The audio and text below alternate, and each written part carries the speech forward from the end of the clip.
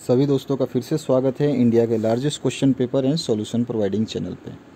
आप देख रहे हैं क्लास 9th का एग्जामिनेशन पेपर 2020 का विद सॉल्यूशन सोशल साइंस का। तो चलिए स्टार्ट करते हैं, देखते हैं इस क्वेश्चन पेपर के सॉल्यूशंस को। पहले तो जनरल इंस्ट्रक्शंस हैं जो आपको पता होने चाहिए, बस केवल पता होना चाहिए कि ओमर शीट को कैसे भरते हैं और उसके क्या क्या रूल्स हैं। इसके बाद में हमारे जो क्वेश्चंस हैं वो स्टार्ट होंगे, उसको हम देखेंगे। तो पहला क्वेश्चन है, लुई सोल्वे के कर बढ़ाने के क्या कारण थे, यानी कि what was the reason for Louis Solvay यानी 16 टू रेज टैक्सेस को क्यों बढ़ाया? तो बार बार युद्ध की मार की वजह से उसको बढ़ाना पड़ा, फ्रीक्वेंट बैटल की वजह से। ठीक है। सेकंड क्वेश्चन जो है आपका, साम्यवादी विचार के संस्थापक कौन थे? तो इनका नाम है कार्ल मार्क्स। तो who was the founder of communist thought? Karl Marx इसके संस्थापक थे। अब थर्ड क्वेश्चन की बात करें तो थर्ड क्वेश्चन जो है आपका, मई 1945 में किस देश ने मित्र राष्ट्र के सामने समर्पण किया? तो वो आंसर था आपका Germany. Germany was the country surrender to the allied nation in May 1945 में। ठीक है।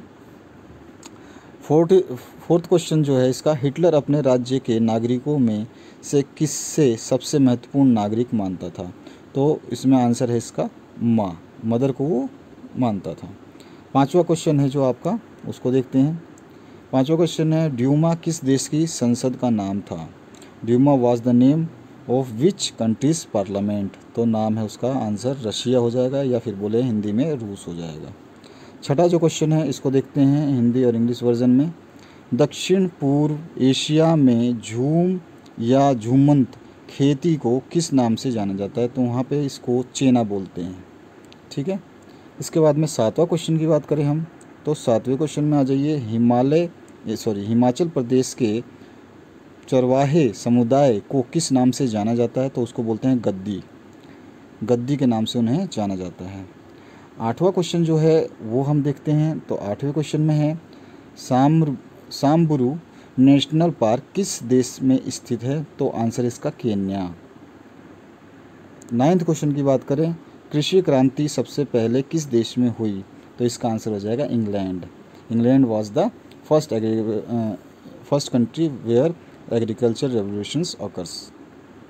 10th क्वेश्चन की बात करें तो आईसीसी इंपीरियल क्रिकेट कॉन्फ्रेंस का मुख्यालय कहाँ स्थित है? तो आंसर है इसका दुबई में। आईसीसी आपने देखा होगा, हमेशा जो भी क्रिकेट होता है उस पर सबसे बड़ा वर्ड में लिखा था आईसीसी। 11वें क्वेश्चन की बात करें हम, अंग्रेज जब पहले व्यापार करने भारत आए तो हिंदुस्तानी वस्त्र के रूप में किस प्रकार के वस्त्र की ज़बरदस्त मांग पूरी दुनिया में थी? तो आंसर आ जाएगा इसका सूती वस्त्र। कॉटन क्लॉथ्स की मार्केटिंग बहुत ज़्यादा बढ़ गई थी उससे। अब 11 के बाद में चलिए 12वां क्वेश्चन देखते हैं। 12वां क्वेश्चन बोल रहा है आपका, परिधान से संबंधित समफ्यूचरी कानून किस देश में लागू किया गया? आपको बताना है। तो इसका आंसर हो जाएगा फ्रांस में ये कानून लागू किया गया। 13वां क्वेश्चन जो देखेंगे, भारतीय भूखंड एशिया महाद्वीप के किस भाग में स्थित है? तो आंसर है इसका पूर्व तथा दक्षिण के मध्य में, between east and south. Next question है आपका, झेलम, चेनाब, रावी, व्यास और सतलुज निम्न में से किसके नाम हैं? तो ये सारे के सारे नाम नदियों के हैं, रिवर्स के हैं। 15वां क्वेश्चन है जो आपका, लूनी किस क्षेत्र की सबसे बड़ी नदी है? तो पश्चिम राजस्थान की सबसे बड़ी नदी है, वेस्टर्न राजस्थान। 16 क्वेश्चन है, सुंदरवन का डेल्टा कौन सी नदियां बनाती हैं? आपको बताना है। तो गंगा और ब्रह्मपुत्र यही दो नदियां हैं जो सुंदरवन का डेल्टा बनाती हैं, और सुंदरवन आपका वेस्ट बंगाल में है।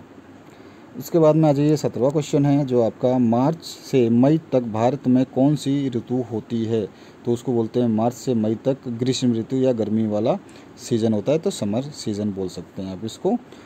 18वां क्वेश्चन जो नेक्स्ट है, ज़्यादा वर्षा वाले क्षेत्रों में कम वर्षा वाले क्षेत्रों की तुलना में किस प्रकार के वन पाए जाते हैं? तो वहाँ पे सदाबहार वन पाए जाते हैं, या मैनग्रोव फॉरेस्ट बोलते हैं जिसको।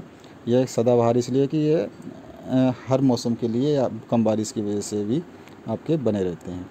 नेक्स्ट क्वेश्चन है, एशियाई शेरों का प्राकृतिक वास स्थल गिर राष्ट्रीय उद्यान भारत के किस राज्य में स्थित है? तो आंसर हो जाएगा इसका गुजरात। गुजरात राज्य है ऐसा जहाँ पर ये शेरों का प्राकृतिक वास बनाया गया है। उसके बाद में 20वां क्वेश्चन जो है, विश्व में जनसंख्या की दृष्टि से भारत का स्थान कौन सा है? तो ये है दूसरा स्थान, पहला स्थान चाइना का है, सेकंड प्लेस पे। 21वें क्वेश्चन की बात करें, भारत सरकार ने किस वर्ष में परिवार नियोजन के लिए राष्ट्रीय कार्यक्रम शुरू किया? तो 1992 में ये कार्यक्रम शुरू किया गया था। उसके बाद में आ जाइए, 92 में नहीं, सॉरी 1952 में। और 22वां क्वेश्चन जो है आपका, भारत का कौन सा राज्य 3 तरफ से बांग्लादेश से घिरा है? तो वो राज्य है त्रिपुरा। त्रिपुरा तीनों तरफ से बांग्लादेश से घिरा हुआ है।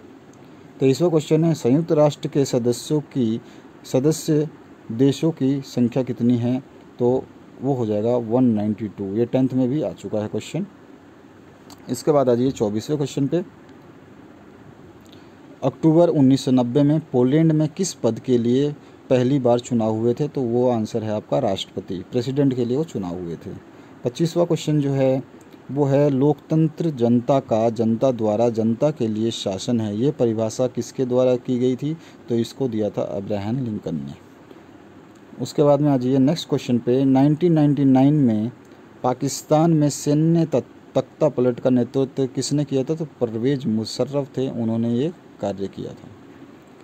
27वां क्वेश्चन है, भारत के संविधान के निर्माता कौन थे? तो संविधान लिखा था डॉक्टर भीमराव अंबेडकर ने।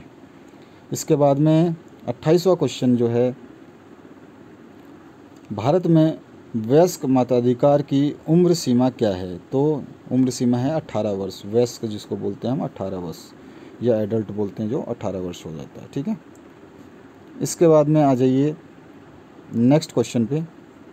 प्रत्येक नागरिक को अपना प्रतिनिधि चुनने और जनप्रतिनिधि के तौर पर चुने जाने का अधिकार कौन देता है? तो इसका आंसर है संविधान ही ऐसा है, जो कॉन्स्टिट्यूशन ऑफ इंडिया है वही इसका अधिकार देता है। 30वां क्वेश्चन है, भारत में न्यायिक प्रशासन को कौन नियंत्रित करता है? तो उसको नियंत्रित करता है सर्वोच्च न्यायालय यानी सुप्रीम कोर्ट। नेक्स्ट क्वेश्चन है जो आपका, इसमें पूछा गया, भारत के राष्ट्रपति को कौन सलाह एवं मंत्रणा देता है? तो प्रधानमंत्री है जो भारत के राष्ट्रपति को सलाह और मंत्रणा दे सकता है, प्राइम मिनिस्टर ऑफ इंडिया। 32वां क्वेश्चन है, संविधान के द्वारा भारत के प्रत्येक नागरिक को कितने प्रकार के मौलिक अधिकार प्रदान किए गए हैं? तो वो मौलिक अधिकारों की संख्या 6 है। 6 is the right answer. 33 question है, भारत की संपूर्ण जनसंख्या का लगभग कितना प्रतिशत भाग ग्रामीण क्षेत्रों में निवास करता है? तो 75% जो लोग हैं वो ग्रामीण क्षेत्रों में रहते हैं। इसके बाद में आ जाइए नेक्स्ट क्वेश्चन में, एक वर्ष में किसी भूमि पर एक से ज़्यादा फसल पैदा करने को क्या कहा जाता है? तो उसको बोलते हैं बहुविध फसल प्रणाली। बहुविध फसल प्रणाली या फिर बोल सकते हैं मल्टीपल क्रॉपिंग सिस्टम। 35वें क्वेश्चन की बात करें, भारत में स्त्रियों की साक्षरता दर पुरुषों की साक्षरता दर से कम है, ये बात आप भी जानते हैं। 36वां क्वेश्चन है, आर्थिक विकास की दृष्टि से निम्न में से कौन सा सर्वाधिक महत्वपूर्ण है? तो मानवीय पूंजी है वो सबसे ज़्यादा महत्वपूर्ण है जब importance of turn off economy development की बात आ जाती है। 37वां जो क्वेश्चन है, सिंचाई और हरित क्रांति के प्रसार से किस क्षेत्र में रोजगार के अनेक अवसर सृजित हुए हैं? तो वो आंसर है कृषि या एग्रीकल्चर बोल सकते हैं आप उसको। नेक्स्ट क्वेश्चन है, भारत के किस प्रधानमंत्री द्वारा सन 1968 में गेहूं क्रांति शीर्षक से एक विशेष डाक टिकट जारी किया गया था? तो वो थे उस टाइम प्रधानमंत्री इंदिरा गांधी थी, उन्होंने ही ये जारी किया था। 39 जो क्वेश्चन है आपका, खाद्य सुरक्षा का क्या अभिप्राय है? तो इसमें देखिए, खाद्य तथा लोगों के बीच की पहुंच, खाद्यान्न की उपलब्धता, खाद्यान्न क्रय करने की क्षमता, इसमें से कोई भी आंसर सही नहीं है। नन ऑफ द सारे के सारे सही हैं, इसमें से सभी आंसर आपके राइट है। ऑल ऑफ द अबव या all of this is the right answer. और लास्ट क्वेश्चन है आपका, अकाल के दौरान बड़े पैमाने पर क्या होता है? तो अधिक लोगों की मृत्यु हो जाती है। जब अकाल पड़ता है तो खाने की बहुत ज़्यादा दिक्कत होती है, परेशानी होती है। What's happen on large scale during a famine? तो मोर पीपल डाई। आंसर चौथा इसका सही है। लाइक शेयर सब्सक्राइब करना बिल्कुल ना भूलें। हमारे यूट्यूब चैनल पे आपको डिस्क्रिप्शन बॉक्स, इसी वीडियो के डिस्क्रिप्शन बॉक्स में आपको आपके क्लास की प्लेलिस्ट मिल जाएगी। इसमें आपको सारे के सारे सॉल्यूशंस भी मिल जाएंगे। बने रहिए इस चैनल के साथ में और देखते रहिए। आप अपने स्टडी को मजबूत भी बनाइए। थैंक यू वेरी मच और शेयर कर दीजिए अपने दोस्तों के साथ में।